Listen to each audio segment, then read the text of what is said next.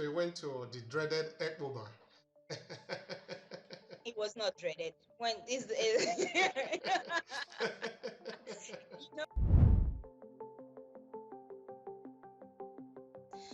some dreams become really hard to keep alive if every time you feel like that dream is being sabotaged, right? You have one leader. You have one leader. I think the last leader who we had that I really looked up to was Obasanjo.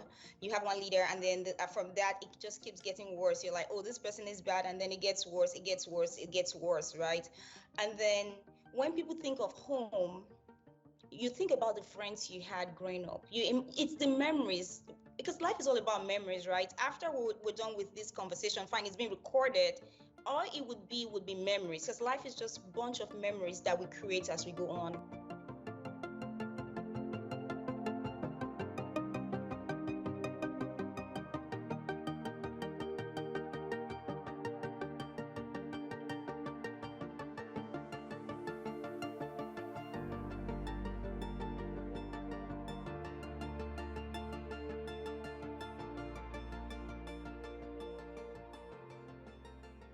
All right, ladies and gentlemen, thank you for joining us again in Obehi podcast. I remain Obehi Ewan for your host here, and I'm always happy to bring in people of value to share with you, to share their story with you. We are talking about storytelling here because we believe so much in the power of storytelling that it add value, because that is how we're able to connect to individual and learn about what they are doing and why they are doing what they are doing, which is fundamentally important, and the reason we continue to stress that people should use the power of their story in what they are doing, whether in your business or your professional life.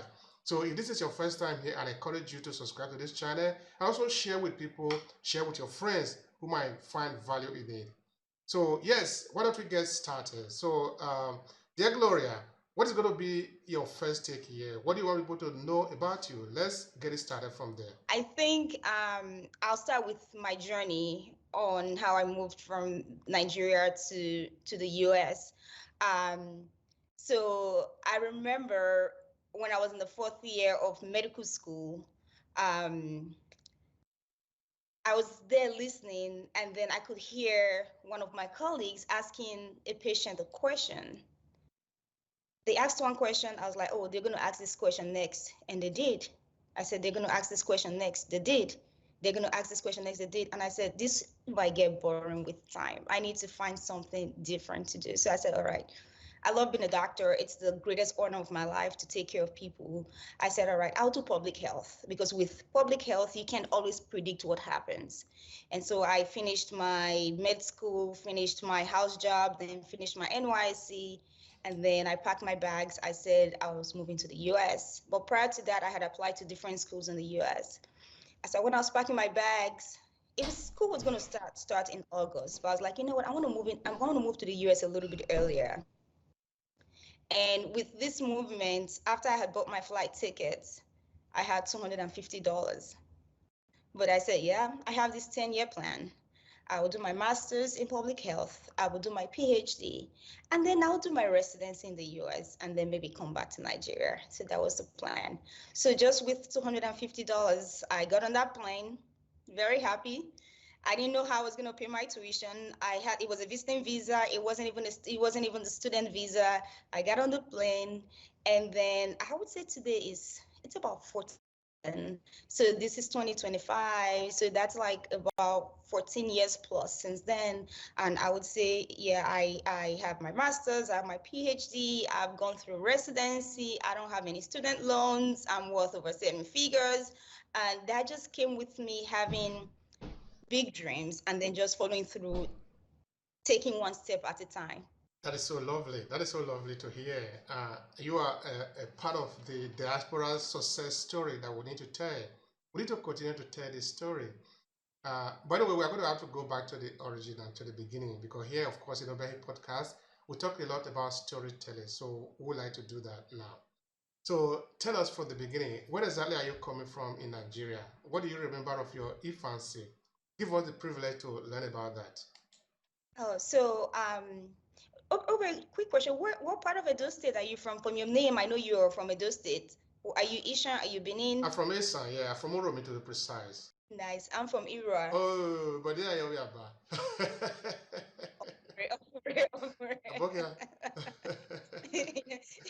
You see that? You see, we are one now, no?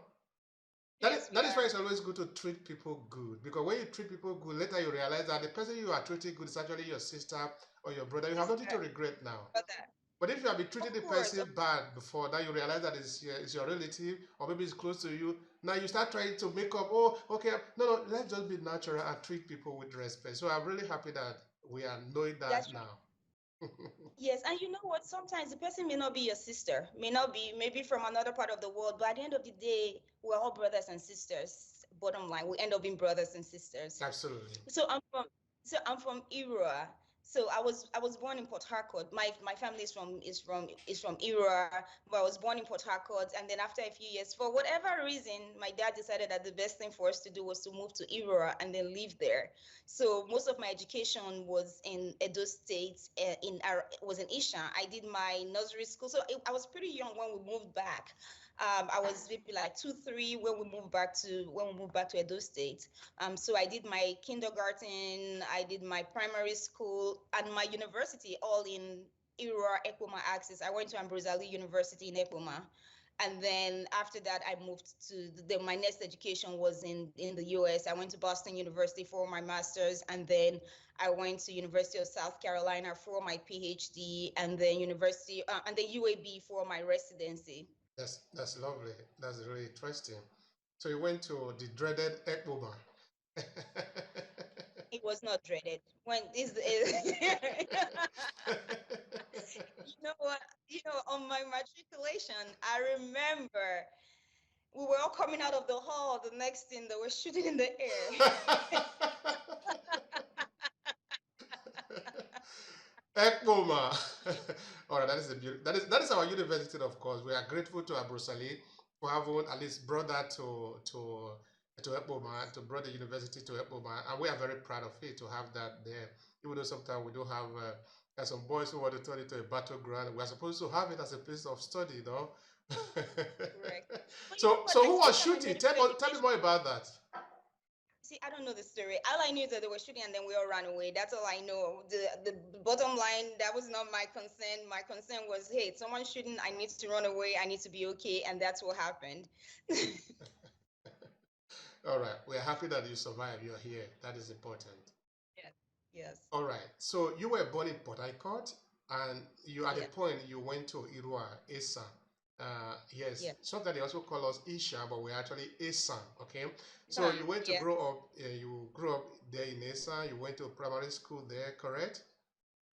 All Correct. right. What did you take away from you as you traveled the world? Okay, now I'm asking this question because since we are talking about storytelling, okay, I've written a number of books where I've talked about me growing up in Assam, my culture, Hmm. okay, the famous Igbabo living, the famous Yeah. traditional game that we are all used to, which are really very important for me, the New Year Festival. And all of Yeah. that, and even there was a point I talked about our social stratification as a society, how you used to participate when you are growing up. You need to belong to the children group. Then you need to join a bodogele. From there, you need to join the Correct. all these. Those are really very important vibe that you take along with you in the rest of your life because they help you to be able to understand society wherever you go into because you're never confused. You know how to sort of It gives you scale a sense yourself of up. belonging that you belong to something bigger. You belong to something bigger than you. Absolutely. But you know what? Obehi? There's something about the Asian culture that is interesting. So, if you were not born there, right? Because even though I came at a young age, my siblings were a little bit older. Till tomorrow, my Ishan, I can write Ishan better than I can speak. People would people would speak whatever language you know how to speak. They would speak that language to you. It's just this degree of accommodation. Kind of like this easy, like you're a stranger. So they will want to speak that language, your language that you speak. They want to speak that to you. You see an old woman trying to speak English to a young kid. That's something that I think is very prevalent in Asian culture compared to maybe the Yorubas, where they're speaking their language to you, you don't understand, they don't care. You're supposed to know how to speak. Oh, you live in Lagos, or you live in Ibadan, you should speak Yoruba. But for us as Asian people, we're like, oh, this person doesn't understand this language. Then they would accommodate you to a certain extent, but even though you're part of them, there's still that thing that it feels like you're still not really part of the group. I don't know if you know what I mean. Absolutely, absolutely. I get it. I grew up there. I grew up to 24 years old in Urumin before I left. I left in Yeah. 2004. Okay, now that is Oh placing wow. me at the. I'm not an old man. I'm just 46. All right, that is really beautiful. That is really beautiful. All right, so now today, tell us a bit about what exactly are you doing in terms of how do you describe your current position today? That's an interesting question because I just moved from the US to Dubai. So I lived in the US. I did all my education. I worked as a hospitalist, and I was the medical director of palliative care department in the same institution that I had worked. And then I moved on to work in the outpatient clinic. But if you actually like about 4 weeks ago, I moved to Dubai. I just felt like my time in the US had I'm American now. I'm always gonna go back. My siblings are there. I'm always gonna go back. But I just felt like my time in the US had passed because initially the plan was go to the US for 10 years and then go back home. But going back to Nigeria, I don't think that's an option right now. So I just moved to Dubai. All right, I wanted to talk about And now there was a question you asked. You said, what do I do now? yeah. So I haven't started as at the time of this recording, I haven't started practicing because I'm still trying to have my license from the US transferred to Dubai. But I'm a speaker. I speak at events. I teach women how to negotiate. I teach women how to position themselves for success in anything that they do. So I am a coach and I am a speaker.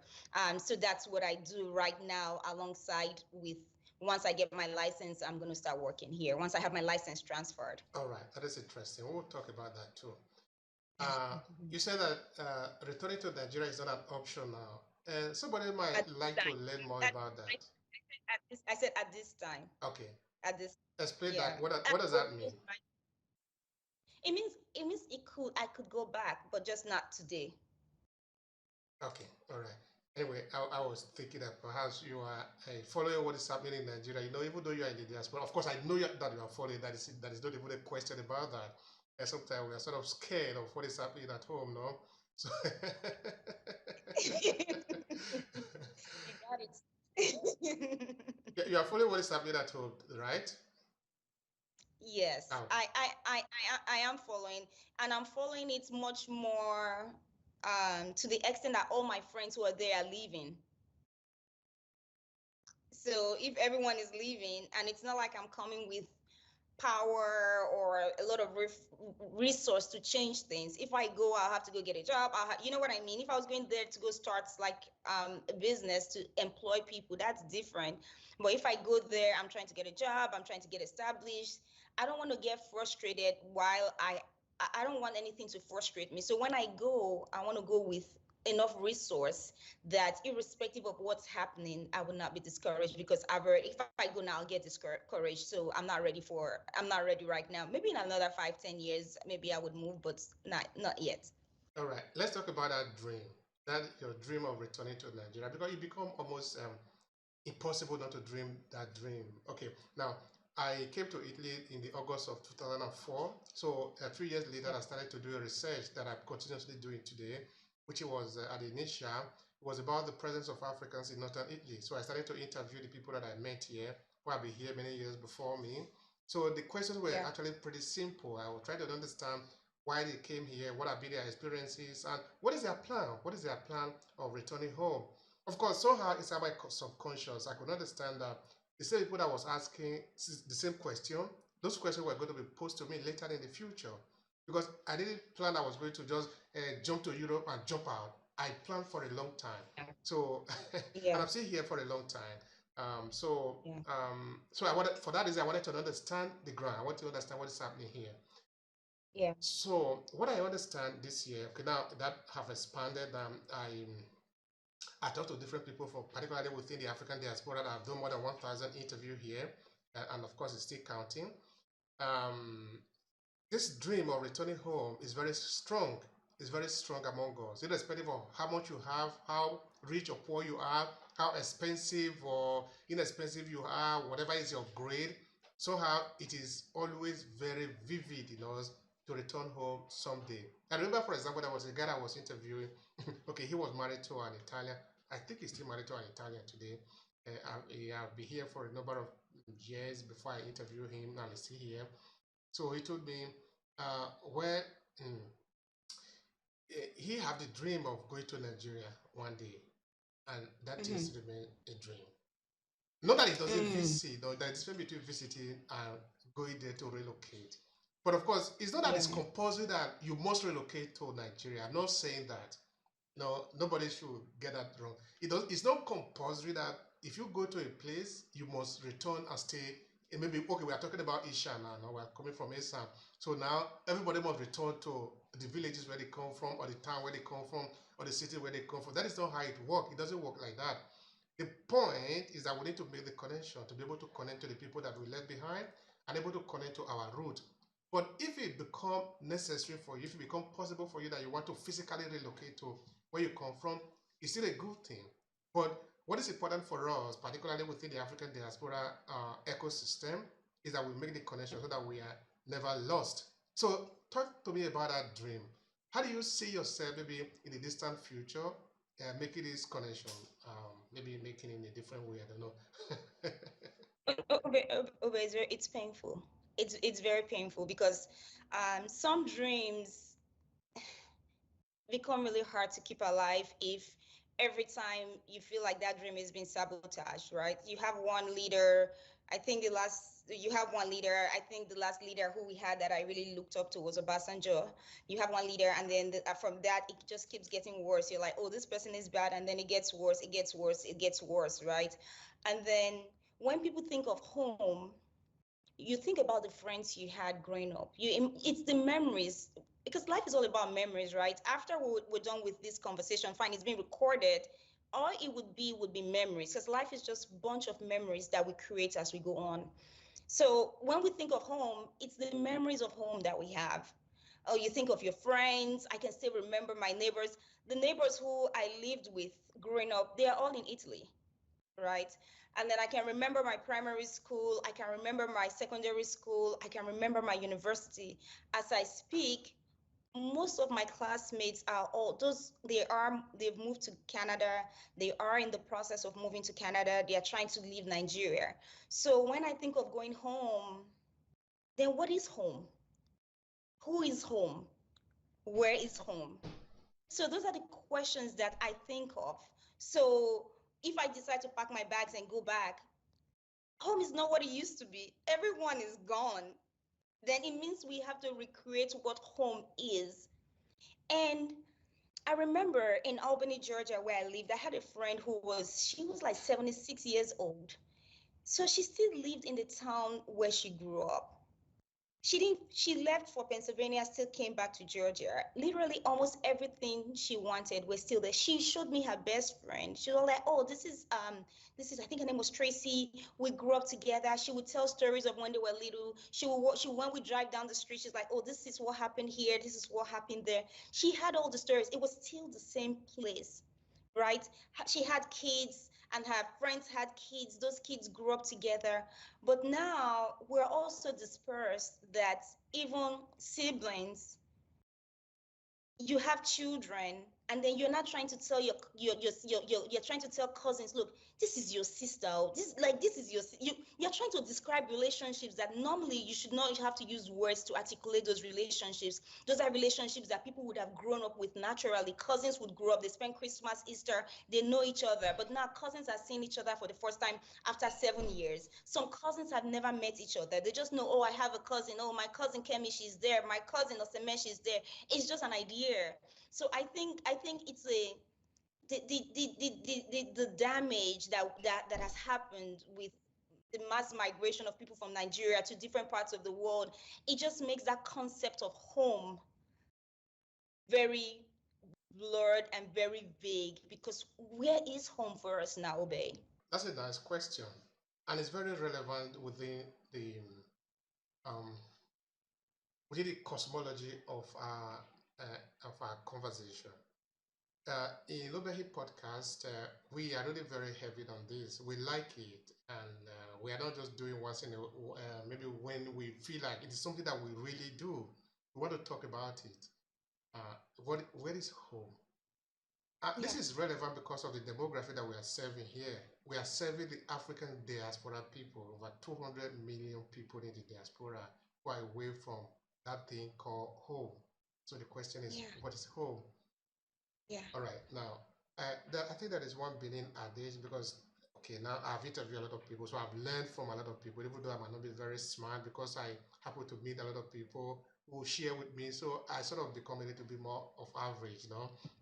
So this Benin man told me home for there, at least in a Benin parable, I don't remember exactly how they put it in Benin, but I understand it in English. Home is where you find your peace. Hmm. All right, now I we take that and interpret it within the global African context, within the global diaspora context. In that for us, people of African descent, it is very romantic for us to go home and stay. But we really do not go home to stay. But it is very high for us, the concept of the nostalgia and all of that. But if you Correct. look at other people, and say maybe for example the European, even though they know also where they are coming from, but it's not as strong as that for them in the sense that if you don't go home, you are lost. They know that they are, for example, otherwise America would not be America, no, because people left the Europe and they come to form America and they are there today. They call it their home. Sometimes they even fight war with the origin where they are coming from. No, it have happened a number of times. No, you see, Right. the European that went to Australia, they are there. They don't say, okay, they are going to return from there and move to England, even though they have a strong tie to English and the rest of it. You see, the Dutch who came to South Africa, they didn't say, can we stay? They said, this is our land. They wanted to even drive the other people away from there. But for us, Africa, what I notice sometimes is that we want to consider ourselves immigrant all the time. We want to consider ourselves second class citizen all the time. We want to consider ourselves we are not welcome, that we must return to where we are coming from. Sometimes I'm thinking why that is the situation. Either might be a different interpretation to it, other than just the fact that okay, I need to go and meet my cousin and stay there and all of that. So the question you ask is very profound and is really very Yeah. important. What is home? Yes. But you see something over here. So remember my story from the beginning. I said I was born in Port Harcourt, right? But I was taken home, right? So, like in America, if a child is born in New York, that child is from New York. Even if you go to California to live, where you're born, that's where they call your home. But for us, that's not how it works. Where our ancestors are from, that's where we're from. So maybe that's still that mindset that we have, where we still trace everything to our origin, which is a blessing, and it still has its, its disadvantage, because when you have a sense of understanding of who you are, you have a strong identity of who you are, no one can take that from you. It's a gift, right? So I remember, oh my God, I'm from Ibore Ira. When I was small, because my aunties and my uncles, they would pump us up and like, oh, you are kids from Ibore. You guys are powerful. You guys are strong. You guys are smart. You have beautiful women come from Ibore era. So even when we would go to Lagos, anywhere I went in the world, they'd be like, oh, Gloria, where are you from? I'm like, I'm from Ibore. I didn't know, in my mind, I didn't know Ibore was this very tiny place. It was, and Ibora is small, and Ibore is now smaller. And then they would even hail us with our clan in Ibore, oh, Obiabi, and then I would just feel like, oh, I'm from this. So you have that, and that's something no one can take from you. So that's the same thing. You have it, it gives you a sense of pride, it gives you a sense of belonging, and you always want to go back to that, right? So that's a good thing. But it's also that same thing that makes you keep searching for home when you're gone. And it's hard for you to now create roots and say, this is where I'm from. And another thing is there's a difference between someone saying, I want to go explore and see the world and see, oh, they said there are spices in India. Let me go to India, and then people find themselves in America, right? There's a difference between that and then you saying the condition in my country is not good for me or my family. We need to go find a better place to live. There's that pain. You're not living. Many people, if there was basic security, there was electricity, there were just basic jobs, right? Many Nigerians would remain in Nigeria. So it feels like you're forced. So it's voluntary because there was no gun to our heads to leave, but at the same time there was that dissatisfaction with the standard of living, and everyone wanted something better. So that's why there's always that pull to, because sometimes people say stuff to, it's very common and Nigerian behavior. You're like, oh, they say stuff, you say, if not for how Nigeria was, would this person be telling me this? You know what I mean? Because you're like, oh, I could have been home. This person would not tell me this crap. Or people who had very good paying jobs where they had higher socioeconomic status while they were in Nigeria, and then they moved to a different country, and then they starting all over again. They're now at the bottom of the food chain trying to grow. And they're like, ah, if only you knew who I was in Nigeria. So there's that pain because you literally were forced from you had to leave to look for something better, not because of just adventure, but for survival. So I think it's those two things. That's why maybe that might be one of the bigger reasons. There may be more because where we were born, that's where our family is from. That's home, not where we were born. Even like Asian people who were born in Lagos, they've never stayed in Edo State. They've never been to any of the. They still know they're Asian. They don't ever say, oh, I'm from Lagos. They could say, I grew up in Lagos, but I'm Asian. So there's always that pull to go back to your source. Thank, And then you didn't live because you wanted adventure. You wanted something better. thank you so much, Gloria. That is really very beautiful. It couldn't be said better. Of course, when we enter into the spirituality now, we know how beautiful that really is, what you have said there. It really connected to our source, to our root, where we are coming from, which is the deeper part of us. It doesn't even matter uh, where you were born, or where were your parents born, the parent of your parent, the parent of those ones. So we're always tracing back. So that at one time, I I was speaking in an event. I was saying, talking about the concept of time, which for us, at least looking at it from African perspective, is not linear like the Euro-Western side of looking at time today, tomorrow. It's always in front. But our is in the back. We are going back because it's cyclical.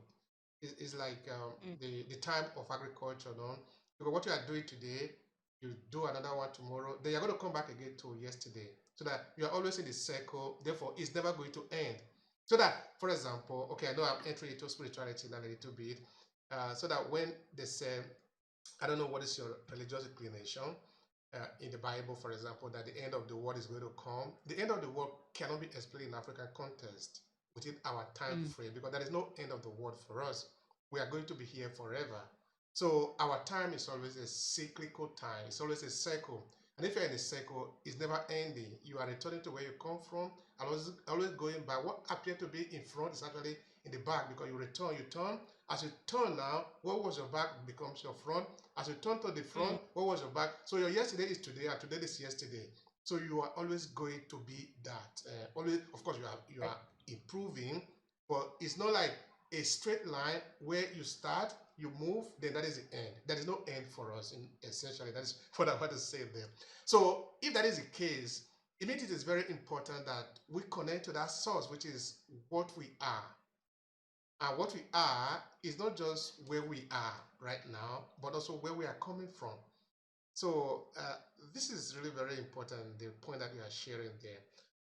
So I'm sorry again, I'm taking it into maybe a spiritual angle, but that is fine. We'll leave it there. Now let's go back again Mm. to uh, how was it for you getting settled in the United States? Because now you are coming from Nigeria, you have a different culture. Of course, we can say that even that is really no Nigerian culture. Okay, but that is a Nigerian culture. It's sort of no because we are we are we are modifying things. There's Yeah, there's Nigerian culture. Like pidgin English is part of our culture. I love that. Uh, Okay, so tell me how you how you got settled in the United States. How was it for you? I, God has been really good to me. I'm Christian. I believe in Jesus. And that's my faith Amen. is a very strong foundation for everything I do, because at the back of my mind I know God is my father. I'm gonna go. If I fall, he will catch me, right? So moving to the US, I was just like, well, I'm gonna go to school, right? I applied to about three or four. I applied to maybe five schools. I really wanted to go to Harvard University, but I didn't get admitted to Harvard, and I got admitted to Boston University. best thing that ever happened to me. Uh, best thing that ever happened to me was going to Boston University. And I didn't even know how much the tuition was. So when they brought the first, they give you like because as an international student, they'll give you like a form. It's called the F1. I don't know what they call it now. It's called the F1, and then they'll say, "Oh, this is the amount of money you need." I think what was there was 50 something $1,000, and then they said they were going to give me some scholarship, and that was maybe like another. They gave me 10,000 plus as scholarship. So first of all, there were so many challenges for me. There was like the financial challenge. I'm going to school, I don't have money. Then it's like it's a new culture. It's and Boston is like very very cold. Like it's cold, and I was so that was another thing. And then people who think differently from how I think, and even the education system is different. So let me talk about like the financial part. So I saw that. I was like, oh, it's 50 something thousand. I was just like, I don't know what I'm gonna do. I don't know what I'm then one of my sisters, one of my sisters had moved to the US before me, and she said, okay. I no, I can't remember one person who said, why don't you just go fill out a form for student loans? I was like, okay. The person sent me the link. I filled the link, put my sister's name, and then for some reason, my sister didn't ask me any questions. She signed the form. So it was like $40,000 that I took as a loan. Okay. In And her then name, you said what? you took that loan in her name, your sister's name. Took the loan in her name. Yes. Okay, good. You paid it, right? Yeah. So she's not going to So any prison. it's been paid off years. It's been paid off years ago. Years ago. Even before I got into residency, I paid everything off. So I took that loan. I was like, oh, okay, it's 40,000. Then when I started school, I realized that no, that was one semester. And there were 3 semesters. There was a minimum of 3 semesters. Many people would do 4 semesters, but those of us who didn't have all the resource, we will pack all our classes, load all the classes together, and do it in 3. So they said no. So I'm like, well, we'll figure out the next semester out. And I remember one of my professors, she called me into her office one day because we had written like it was like a review, like a reflection on what's stressing us the most. So they said, oh, what's stressing you the most? I said it was my schoolwork. I said by the time I go to school, I come back, it's cold. I really because then I still had to minus my electricity, right? I would not raise the temperature too high because I didn't want the bill to be too much. And I said when it's so cold, I get tired, I sleep off. Then the next morning I wake up, I have all this work to do. And I had so many classes I was taking, new culture and all of that. That's my biggest challenge. So she called me to her office. She was like, "Oh, Gloria, I read your reflection. It's still my reflection is still out on the internet. If anyone wants to read it, it's e-portfolio from Boston University, my first and last name." She said, "Oh, I read your reflection, and I was so touched." In my mind, I'm like, "Why are you touched?" I said, "I can't read. It's not supposed to be." And she said, "What other problems?" It said, "What's your biggest challenge?" I said, "Yeah, it's just for me to, I just need to sit up and study." She was like, "No, no, no, no, no, no, no. What other challenges do you have?" I said, "No, I don't have another." Because the e-portfolio, she had 3 questions. One was, "What's your biggest issue? Is it studies? Is it finance? Or is it relationship?" Mine, it was like studying. Even though I had financial issues, my head did not click that I had financial issues. Then she said, "All right, Gloria, how are you paying your school fees?" I was like, "Oh, that." I said, "Oh, I took a loan." And then she said, she was like, "Oh, okay, okay, okay." And that's how that conversation ended. And then the next semester, I went and checked when it was time to pay my tuition. Just to cut long story short, so that my tuition was paid. All I had to pay was maybe $200 for my health insurance or something. Then it dawned on me that she had gone to speak on my behalf for me to get more funding from my school. And so when I said the best thing that happened to me was Boston University, was even the friends I made when I was trying to apply for my citizenship, everything I did, I had so much support from that school. So I feel forever indebted to Boston University. And then the culture part. So Albert, you know this as well as I do, that in Nigeria, in class, you can't just open your mouth and be asking useless questions. Before you ask a question in class, you need to have an idea of what you're asking. You can't just the teacher would not be impressed by you. So I got to school. I was already a doctor. I'd finished med school in Nigeria. And so I would sit down, I'm looking, and some of these kids, they're asking questions. I'm like, or they're contributing. I'm like, Without the no, effrontery, without the boldness. yes, I'm like, these why are these kids saying this? How could you even open your mouth and say that? Don't you?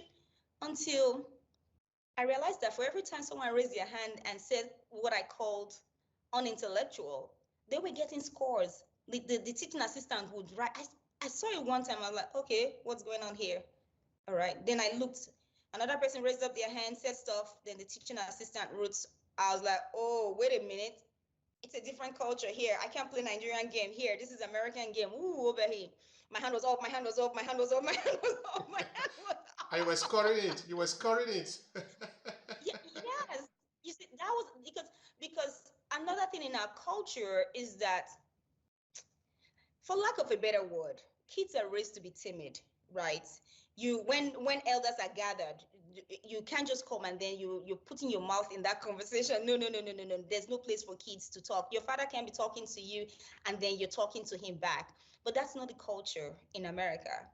And so that's something that we have to, if you're deciding to call another country home, there are some things we have to unlearn for us to be able to thrive in that country. So one of those was just not speaking up or waiting till you are 100% sure before you speak. Thank you so much for that. That is really very important. I always like the Nigerian spirit. I don't know if you be following, if of course if you are on the online environment, you will usually see how many people want to associate with Nigeria, how to like they like the Nigerian vibe, you know. Sometimes I think what is happening to road that is bad is also transforming us to be good in the sense that there is Yeah. almost nothing that can kill us. I was interviewing this pioneer journalist of NTA at the time. Her name is Bola. Is it no? Abimbola, something like that. Okay, I'm forgetting the name now. So I was telling her that I look at Nigeria as people who have overcome even hellfire itself, that nothing can scare us anymore. We cannot be Yeah. scared. All we just need to know Yeah. is how do we survive here? We will survive. That Oh is yeah. why you see Oh, yeah. many Africans say that if you go to any part of the world, you don't see a Nigerian there, you better look well. If you see a Nigerian It's there, it, then you better go closer. Then they will show you how to survive. Because there is correct. nowhere in the world that is harder than Nigeria. Therefore, if we can survive in Nigeria, we can survive anywhere. Everywhere. That is correct. That is very correct. You're right. Nigeria know they carry last. That's so true. So actually, that is a question I'm going. Either uh, what the culture that you came with from Nigeria, how did that help you to be able to overcome? Because yes, believe me, it's true. There are challenges. The challenges are very many when you leave your country. Okay, I can speak for myself as a Nigerian in Italy, or like maybe a Nigerian in Germany, a Nigerian in France, or a Nigerian in Russia. Because when you have this language barrier, it is 10 times harder to survive than maybe if you travel from Nigeria to the UK or to Canada or to the United States. Correct. Because even though the language is the same, you still have some challenges. But imagine when you come to a country, you don't even know what is come, what is go, what is Mm, sorry, that what is help that is me. hard. That is hard. That is hard. Yes, So that is hard. I'm trying to understand how that Nigerian spirit might actually be helping us to also survive in that. What do you say about that? So for I can only speak about my experience, right? Everybody's experience is different, right? So what keeps one person going maybe may not be what keeps the other person going. But for me, I think um, growing up in a place where everybody was black was a blessing. I didn't know I was black, right? I Oh, was thank you like, so much for saying that. Because I never use the word black to describe myself. We're just human being. But when you get to yes, Europe now, the United, they start saying, okay, you are black. But what does that? yeah, black. I didn't know I was black. I knew I was female, right? I knew I was Isha. I knew I was Christian because those were the things that's kind of like that we dealt with. We dealt with, oh, you're Yoruba, you're Igbo, you're Hausa, you're Isha, then you dealt with male, female, and then religion. Those I knew that. I didn't know I was black. So maybe I go somewhere and then someone is looking at me like this black girl.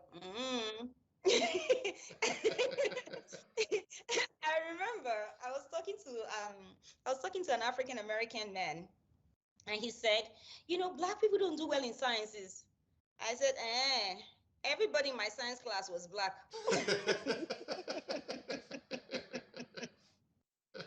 They don't know yet. Tell them. Yeah, yeah. I thought everybody in my science class was black, so I don't know what you're talking about. So racism, we see racism. I had to learn what racism was because maybe someone treats me a certain way. I'm like, that person is not nice. That's what I'm like, oh, that person is not nice. And then I keep it moving because I didn't come to them, like, I didn't come to America to countries. I didn't come here to play. I knew what I came here for. So we just focus on what we came for. You don't have time to listen to the noise. You're like, you're fine. It has its pros and its cons, right? Because people fought for racism. That's why we can go there and enjoy whatever infrastructure or whatever services that are there for us to enjoy the education, the amenities. People fought for it, for especially in America, for black people to be able to go there and thrive, for Nigerians to go there and thrive. People paid the price for us. Um, but that still does not take away from our lived experience that we had to learn. I had to go to classes, Obehi. I had to go to classes to understand racism. For and then it changed my mindset. And then I started struggling, right? I started struggling. I started getting angry, like, oh, how could they have done this to us? How can then I had to now how to learn it, relearn again and say, hey, you can know that story, but it's not your pain. You can see it and call it out when you see it, but you don't need to carry that pain. It's not your story. So it's been multiple evolutions for me. First being ignorance, and then learning it, and then carrying the pain, and then dropping the pain, and then giving voice to You know injustice. what is ringing in my head as you're talking Mhm. is this idea that the best thing that can happen to us is the ability to unlearn and to learn again. Mm. That whatever you might have learned, if you are able to unlearn, which is to discharge it and empty your head and then refill it again with the information that you want, then you are going to always become anew again. Because it's That's not the only way to grow. it's not said that all the information that you have is the all information that is there. I mean that is all you Mm. know now. But if you allow yourself Correct. to be conditioned by just what you know now, you are going to be shortchanging yourself. Big time, big time, big time. It's good to be open-minded. It's good to be open-minded because some Nigerians, we move to the US and then we begin to talk um, badly about the African Americans without compassion, without empathy, without knowing the story of their ancestors. This goes back to our original story of saying where we're from, right? You can't, it takes a lot of growth for you to to take yourself away from your source, right? So people went through a lot of pain, and that pain is carried from generation to generation. And so we Nigerians or Africans, they come to the US and then they're like, oh, these people are so, but that's unfair. Fine, some people can do better. I'm not disputing that. Some people can do better, but at the same time, there still has to be some empathy to say, hey, like, see, for me growing up, right? They told me, oh, Gloria, you're from Ibore. And I had that sense of pride that my ancestors, they were warriors. The women were beautiful. That's what I knew about myself, right? That was pumped in my brain. But for some people, it's the opposite. So there has to be that compassion at the same time while you're still saying, come on, we can run together, we can do this together, we're the same. My ancestors actually are your true ancestors. It's not who they told you your ancestors are. You can see the color of your skin. We are great people. We can still do that, right? So that's where I am now. All right. Now I have a question for you. And this is sort of Yes. fundamental to the work I do. I think I did told you that I into storytelling. Of course, this is what we are doing here today. You see, we're just talking about you, though, because you are the most human being on earth today. So that is what we're talking about. Your story is the most important thing. All right. You see, I have a signature program that I call Own Your Story. It's a Mm. 5 step program that lasts for 19 days. I usually do this one with the entrepreneur who want to be able to own their story and use it to position themselves. Because I believe that storytelling is actually the most important tool that exists in the world. Okay, that needs time to be able to expand. I'm not going to go into that. Um, I've written a 5 part book series entirely about storytelling. So I think it is important for people to understand that your past can hurt you, but it can also heal Oh, you. Uh, It's True. not, it doesn't depend on the past. It depends on what do you do with it. Because you could learn that in your past, maybe your ancestors have had a fight with the ancestors of other people. You could use that as a yardstick to build up enmity with the other people so that you will never do anything with them. Because you are always thinking of what have happened to your ancestor from the other ancestor. So therefore, you always want to revenge. You always want to fight back. You always want to pull down other people because it hurts you. Of course, it hurt. It hurt. Does. I remember I Does. was in JSS 3 or so, or SS1, when I was taught the history of slavery. Believe me, Mm-hmm. Gloria, I cried in the class. I've never felt that bad because I couldn't imagine how it was possible for people to be lined up like sardine. And Right. this was a business. It was just the thing, it was just the way it is. That hurts. It does. But we can also take that story and use it to heal ourselves. It Mm. doesn't depend on the story, it depends on what we do about it. So where I'm actually going in this area is to what extent are we able to take our story and use it instead of allow our story to use us? That's a deep, that's deep, right? That's deep. Um, so there's a difference between when a story has happened and it's all stories, right? They're like, well, this happened. They treated these people because of this XYZ, and then it's a story. It's easier. It's easier for that story. You can take it and then use that story. Unlike when that story has happened and it's still happening in different shapes and forms, but this guys that it's not happening anymore and it's not being called out. So take for instance, you heard the story of racism. Fine, it was black people, right? But they were not your brothers that you knew. So anybody with empathy, irrespective of your skin color, should hear that story and be pained. It should be a case where black people, white people, everyone should hear that story and have the same emotion towards that story because we're all humans. So, and if everyone has that emotion towards that story, that's where healing comes from. Because we can all say, oh, what those people did was bad to these people. Then it ends up in everybody's story and everyone will heal together, right? So, because admission to guilt or to offense has not really been said, people are not healing. However, because someone has not admitted to their guilt, that does not mean that you should hinder your own growth, right? And then it's the lens you choose to wear to see things. So you could choose the lens of forgiveness. Obehi, I try as much as I can. It's not always possible, but I try as much as I can to see the good in everybody. I would make excuses. Sometimes, even when I make those excuses, me, I'll go like, I don't know if that really works, but for my good, I choose to believe that people do the best that they can based on the information that they have. And so it's for each person to say, I'm going to find my healing. And then it will be a case of, there's this popular story of a horse that they were trying to pour sand on the horse to bury the horse alive, but the horse kept standing up and standing up and standing up. I was able to stand on, and then it became the solid foundation for that horse to stand. Anybody can choose that as their story. It's hard, right? It's hard. I'm not trying to say, oh well, just pull yourself up by your bootstraps. See how the Africans are doing it. They come here and they do well. No, I understand where people are coming from, but I think if as much as lies within anybody, they try to take a different lens, the lens of compassion, the lens of healing, then that story could be changed. Thank you so much for that. That is such a beautiful philosophy of life.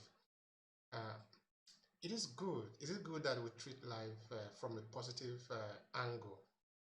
Zig Ziglar would say, talking about the, the power of positivity. He said, Mm-hmm. positivity doesn't really, it doesn't do miracle for you. But and he said, okay, probably I'm saying it very poorly, but he's saying that it is more advantageous for you to look at life from the lens of positivity, even though it doesn't do miracle for you, than looking at it from pessimism. Because Yeah, it may pessimism not change. really It may not hurts you. change the situation. Mm. It may not change the situation, but it will change how you feel. Absolutely. And that is already changing the Yeah, chemical of you. Because now, correct. let's look at it. Let's look at it very. I'm not even looking at it from a philosophical point of view. Let's look at it even from a physical point of view. Why naturally for me, I don't like to swear for people. The reason I don't like to swear for people have to do with the way I perceive information. In that I believe that everything I say, I am responsible for it. And I believe Mm, that everything I say comes from me. Therefore, mm. from me cannot emit those information because that is not part of me. Swearing is That not that part of that me. that's very mature over here. I want to be like you. No, no. Okay, now I'm saying for you to say something, you first of all need to go through a process, which is you need to have the idea. One, Yeah, you need to process the. All this is happening in a fraction of a second. You need to process it. You need to organize it. You need to verbalize it. right. Now, when you finish to say it, now you need to retrace it back again. You need to delete it little by little until it leave your consciousness. Mm. Now imagine if you say swearing thing not to like 3 or 4 times in a day. At a point, it's going to be difficult for you to clean it out of your memory. Because now, You're right. after you get angry, then that thing remains in you, then you live with that. Correct. Correct. Now, of what You, use is it you're for right. you? So I prefer that if I can avoid it, I just avoid it and just move my own way. In that way, I don't carry any negativity in me. I know it's not easy, It like takes you it said. Yeah, takes please go on. it takes a great deal of maturity to and self-awareness and knowing what our triggers are and knowing how to recalibrate yourself so you don't respond just spontaneously. You can so once those impulses come that make you want to to lose it, you're like you can calm yourself down and say and give it a different interpretation of what it is, just so you don't lose control of yourself. So I agree with you. Thank you for that. Now, Gloria, let's talk about your coaching. Tell me Yes. about what do you really coach people about? So I coach women because I've had a I have the education, the training, and I have the lived experience of being able to transform the minimal resource that I had to abundance. So I coach women on how to negotiate, how to present themselves at work or in anything that they do, that they can get the desired result that they want, which is financial freedom, which is work-life balance, which is being able to live life on their terms. So like the place that I worked before, that's just me using my experience, right? And then I can talk about some of the people who have worked with. I was able to negotiate working 3 days a week, and I had my full-time pay. I had all my benefits. I had bonuses, and I had so much vacation days. Um, and I did that not just for me, but also for the other people who work in that place. So even though I've left there, I left them with that gift that they can work 3 days a week. And I've worked with people who there was a lady who I worked with from her residency. I worked with her, and in the span of about 4 years, she's now the medical director of the OBGY program she works in Pennsylvania. I was able to work with someone and I helped her negotiate her contract. She got $60,000 more. She was supposed to be fired, but they kept her longer. I'm working with someone right now. She's going through the process of starting her own, she's a dentist, of starting her own hybrid dental practice. So I work with people of different trying to achieve different things, but at the same time it's professional women who are trying to push and get the best out of life. All right, this is beautiful. This is beautiful. All right, why do you do this? Hug. So the greatest honor of my life is to be a doctor. I don't take it for granted. Because it's an honor that someone will come to my clinic, right? They see me some seeing me for the first time, I'm asking them the most private question you can ever ask anyone. And they feel obliged to answer because they came on their own to see me, right? However, why that's the greatest honor of my life, and it will be till I die, um, what gives me the highest joy is my patient comes back to my clinic and she's been so confused, didn't really know what she wants to do with her life. And she comes back and she says, "Hey, Dr. Esoimeme, I've listened to what you said. I've started my nursing program." Or someone who comes into my clinic and we're talking, she's confused. She comes back, she says, "I'm taking my real estate license exam." That gives me joy because beyond beyond treating them, that can change that person's life and change generations to come. It gives me joy to be able to have people live to their fullest potential and not looking at the obstacles. Yes, we see those obstacles, but I'll walk with them. I'm like, we're going to get through this together. There's always a way. That gives me joy in just transforming that life and the lives that would come after, and all the people who will be linked to that life through that transformation. All right. All right. This is lovely. All right. Now tell me something. And you said somebody come to you, then the next minute the person is responding to some of the most private question that you're asking such individual. Yeah. This is very Yes. relevant for us, either in marketing, in communication, and also in storytelling, most importantly. I'm talking of Yeah. storytelling. How do you even do that? How do you get somebody to open up to you? Somebody, because I think human beings, we are very complex as entity. Um, Yeah. Maybe also because of our ability to tell story, or it's maybe the ability to tell story that actually condition us to be the way we are. Okay, what I Right. mean is that um, everything that is happening in this world today is first happening in our mind. It Sure. doesn't even need to be real, but if we believe it, then it can be real. Okay, let me explain. Yeah. The other day, two people or few people said they are going to build an airplane. An airplane will be flying, and somebody will be flying in the air. There was no airplane before. Nobody could fly in the air before. Everybody had been walking around. The best we could do was to sit on top of a horse and then we ride and we'll be enjoying it. Now these crazy people say they're going to build airplane. What is even airplane? How do you even say that Right. idea to people? But these guys were so Yeah. crazy that they started doing it. And today everybody is enjoying airplane. Correct. But what is airplane? Is it really real? Or so what is even real now? So I'm Correct. thinking that we are really very complex as people. So how do we manage to even get to the point of somebody who just come to you just now, he's a stranger, he doesn't know anything, to the point that he's taking away clothes and he say, do with me what you want. Taking away Yes. clothes is not even as near as opening your mind. Because the Correct. greatest thing in us is deeper inside of us than maybe or just on the surface with the clothes. So help me with Correct. that. There's that advantage that they came to me. I didn't go looking for them, right?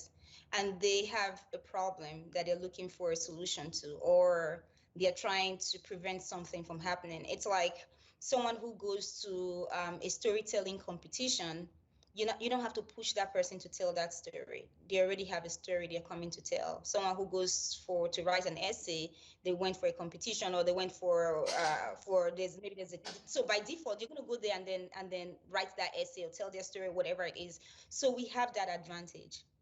I have that advantage. Any doctor has that advantage. However, for you to get past that very superficial level, is for you to truly care. It's for you to truly listen, right? Because some people, and it's the process of, because some why would I know someone was writing her was not content with her job? It's from having conversations. It's truly liking people, truly being interested in people. Because you ask, oh, what about this, and they tell you, and that has nothing to do with the diabetes they're there for, and then you probe a little bit more and they tell you more, you probe and they tell you more. And when people know that you truly care, it's easier for them to begin to unravel the pieces of their life and start to tell you. So I think it just comes from truly caring about people, truly listening, and then giving them solutions that could work, or working with them. Sometimes you don't have the solution, but just giving them that support at that point in time. I think that for me, that's how I've navigated. Thank you so much for that, Gloria. I appreciate it.